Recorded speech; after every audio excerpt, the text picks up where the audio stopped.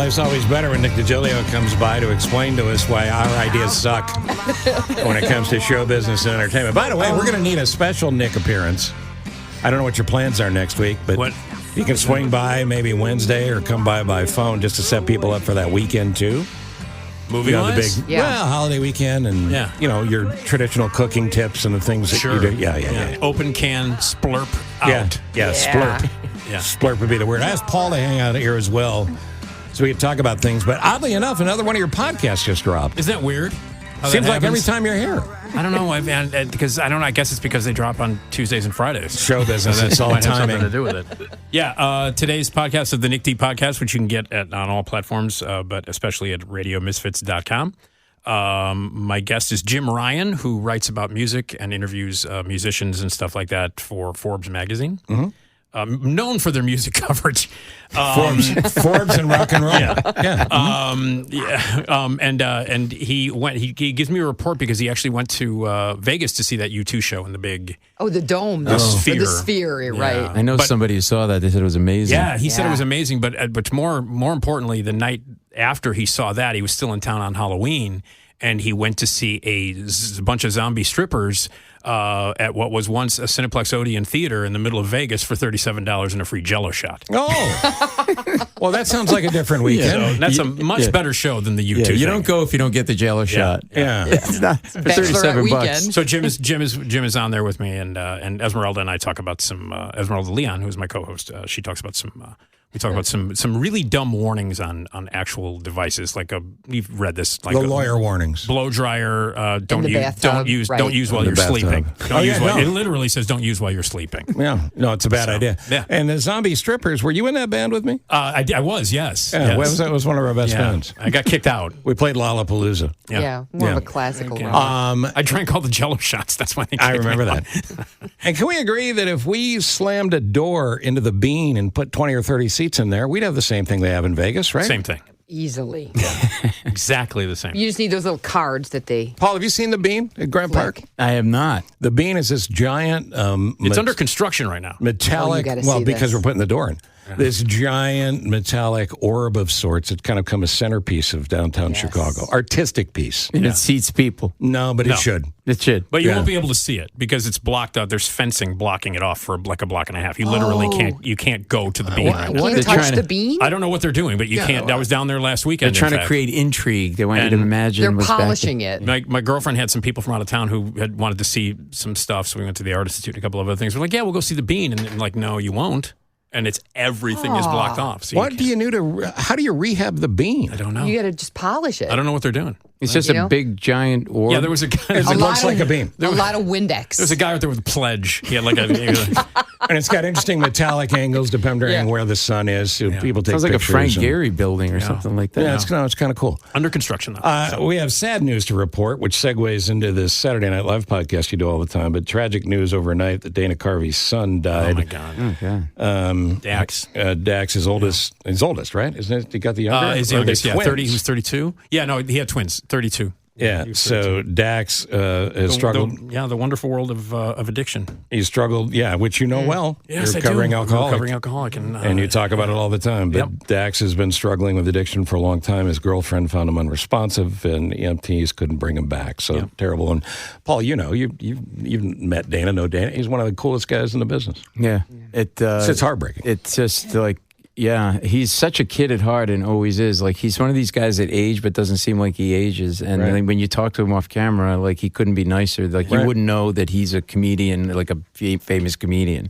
Yeah. Just like sort of so down to earth. And I remember the first time I met him, I was just like, and he just was so disarming. It was crazy. He's an absolute legend. Yeah. I mean, just an absolute legend. So I know it's an awkward segue, but you do this not honorary, but you do this podcast about SNL, which I see as a tribute to SNL. It is a tribute to our SNL. Our joint love of SNL. And ironically, it's called, and I mean this ironically because I don't believe this at all, but I'm sick and tired of people who say this. So I've named the podcast, That Show Hasn't Been Funny in Years, an SNL podcast. Because that's what everybody says. Because that's what all the idiots who don't know say. Yeah. Because the show is still as good as it was back in 1975. But this episode that's out now, there's a new one that drops on Wednesday. The one that drops on Wednesday... obviously coincides with Thanksgiving. It's my 10 favorite Thanksgiving sketches or Thanksgiving bits that they did. Well, it's funny. We were just talking about this yesterday. Yes, we were. Let's do it in my twin bed. Is that one of them? Let's do it in no, the twin bed. the sequel to that is. Oh, I didn't know there was a sequel. Oh yeah. Back Home Ballers. When they come back for Thanksgiving. Love the twin bed, and I love. Was it Kristen Wiig who was like, "Happy Thanksgiving"? Yes, Penelope. That's on the podcast. Give me as well. one more from your top 10. Well, I mean, my favorite is a weekend. Well, the two of them are weekend update bits. One is the classic. It's the very first time that Adam Sandler does the Thanksgiving song.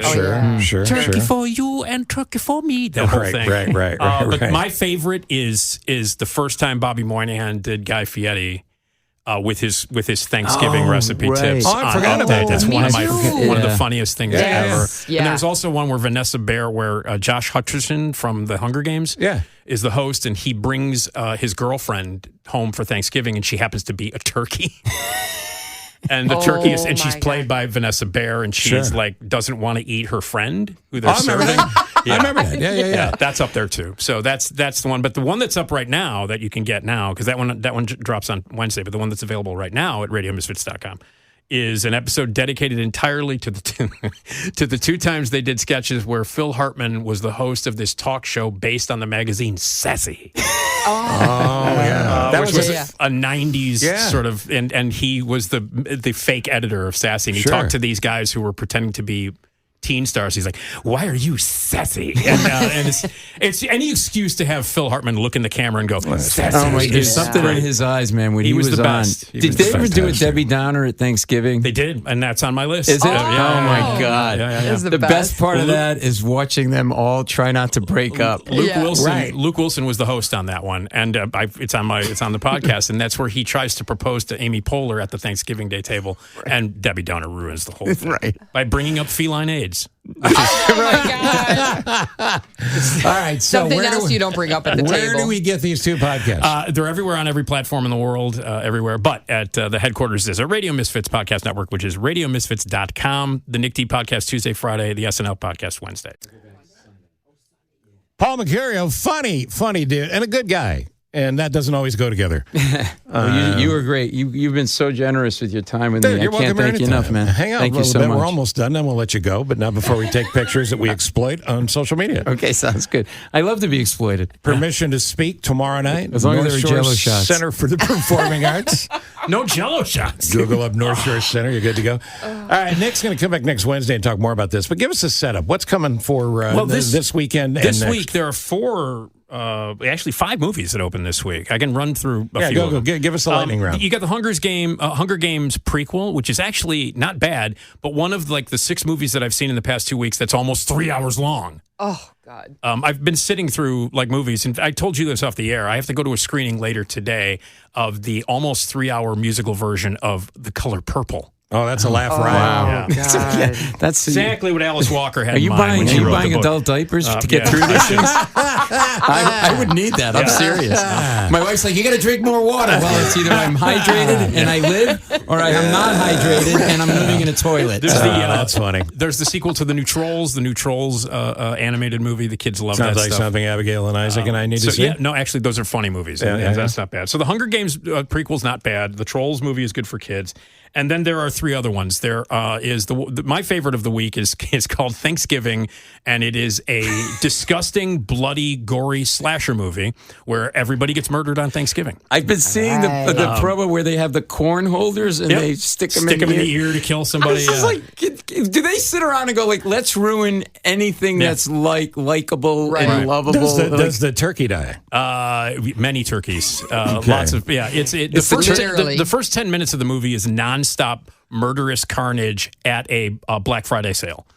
Well, so that's how I can understand. There's nobody in the world that knows horror movies better than you. Yeah. How I don't even know how you rate this. It's like art imitating life. Listen, did they try to be scary? Did they try to be funny? I mean, it tries to be kind of an authentic. It's a throwback to the terrible '80s slasher movies that are named after Scream holidays or whatever. Yeah, but I mean, even earlier than that, like Friday the 13th and all that stuff, and April Fool's Day and all these other movies that are named after holidays. Sure. And the guy who directed it is a guy named Eli Roth, and Eli Roth has made a name for himself making horror movies like Cabin Fever and Hostel and movies like that. And I thought I had a great time. It's trash, but I loved it. Weird thing is that the turkey does all the murdering. Yeah. That's the thing. Wait, spoiler alert. All right, and there's 2 others. Yeah, May, December, which is a really terrific movie. Oh, that's that Julianne Moore one? It's Julianne Moore and Natalie Portman. And it is not based on it, but it's loosely inspired by the whole Mary Kay Letourneau thing. You remember when Mary Kay Letourneau married the 13-year-old kid? They had a relationship and then they got married. Remember that story? I do, yeah. Okay, I wish I didn't, but I do. Well, this is kind of based loosely on that. It's about a woman played by Julianne Moore who actually had a sexual affair with a 13-year-old kid, then ended up marrying him and having kids with him. And it takes place 20 years later. And they're still married. And Natalie Portman plays an actress who shows up to spend time with the family and spend time with Julianne Moore because she's going to play Julianne Moore's character in a movie. So Natalie Portman plays the actress who is studying Julianne Moore to play her in the movie that they're going to make of this weird. It's Todd Haynes directed it. Does it work? I think it's great. I think it's actually one of the best movies of the year. And is Julianne Moore actually good in it, or? I'm kidding. What is it? I forgot. I forgot you don't like Julianne Moore. She has this irrational dislike of Julianne Moore. I don't understand. Dislike. I just Did she beat you out for a guy or something like No, She's amazing. And I'm sure she's a wonderful woman. She and Natalie Portman are great, but I do want to mention Charles Melton. He plays Julianne Moore's husband, who was 13 when they got married and is now an adult.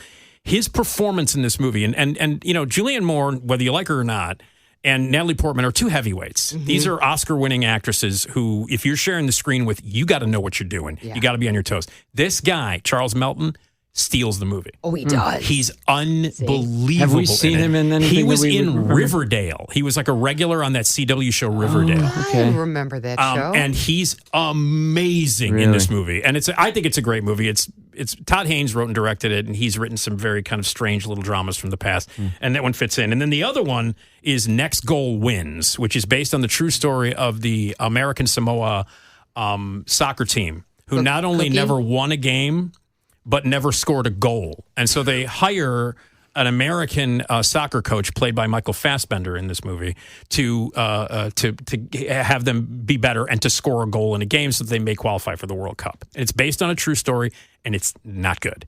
It actually sounds like actual soccer. Yeah. Right? Nobody scored. Right? Yeah, nobody scored. Yeah. It doesn't sound fictional at all. Can I ask you real quick about Naiad? Did you talk about that yet? I mean, yeah, I reviewed it a bunch of weeks ago, yeah. Okay. Because it's on Netflix now. And you loved it. I loved it. Okay. And 2 of the best performances of the year. Jodie Foster is amazing, and Annette Bening, incredible. Okay. Yeah. What about The Crown? Have you seen the new? I do not chunk watch of The Crown. I am watching The Curse, however. That's different. So with, similar. Emma Stone and Nathan Fielder. I love her. Do you like that movie? What, with the new one? Yeah. Poor Things? No, The Curse. Oh, The Curse. Well, that's the TV show. That's on. I haven't started it yet. Yeah, it's on Apple, right? No, it's on Paramount Plus and it's on Showtime. Okay. And I don't know if it's a very, very weird show. I don't know. It's a show that it exists to make you queasy and uncomfortable. Yeah, it's terrific. Then. So if that's something you want. By the way, you mentioned Showtime. If anybody needs a computer monitor, I can get you one. Because on the 4th floor of the building where our offices are, they're taking all of the stuff from Showtime because they shut it down. All the computer equipment is in this one giant office. Really? Wow. And I actually got a free computer monitor on it. Well, how is your cousin not selling all that stuff? It's in Bobby's trunk. Right. He's loading it up into his Ford as we speak. Into his Ford Torino. I'll go for a monitor. Hey. I mean, it literally looked like the back room of Best Buy. I'm like, what's going on? He goes, they shut down Showtime. And it was like such a weird, like it's such an iconic brand. Yeah. And this is what it was reduced to, was like a bunch of TV monitors and computers. And now they're broadcasting a show that makes everybody feel weird. Is this Curse? I thought it was great. All right, so for more on Nick DiGilio and everything he does, and there's nothing you can do about it, go to the podcast world. Yes. Everywhere podcasts are Everywhere podcasts are, every single platform it's available. The Nick D podcast, and That Show Hasn't Been Funny in Years, an SNL podcast. But you can all check them all out at radiomisfits.com.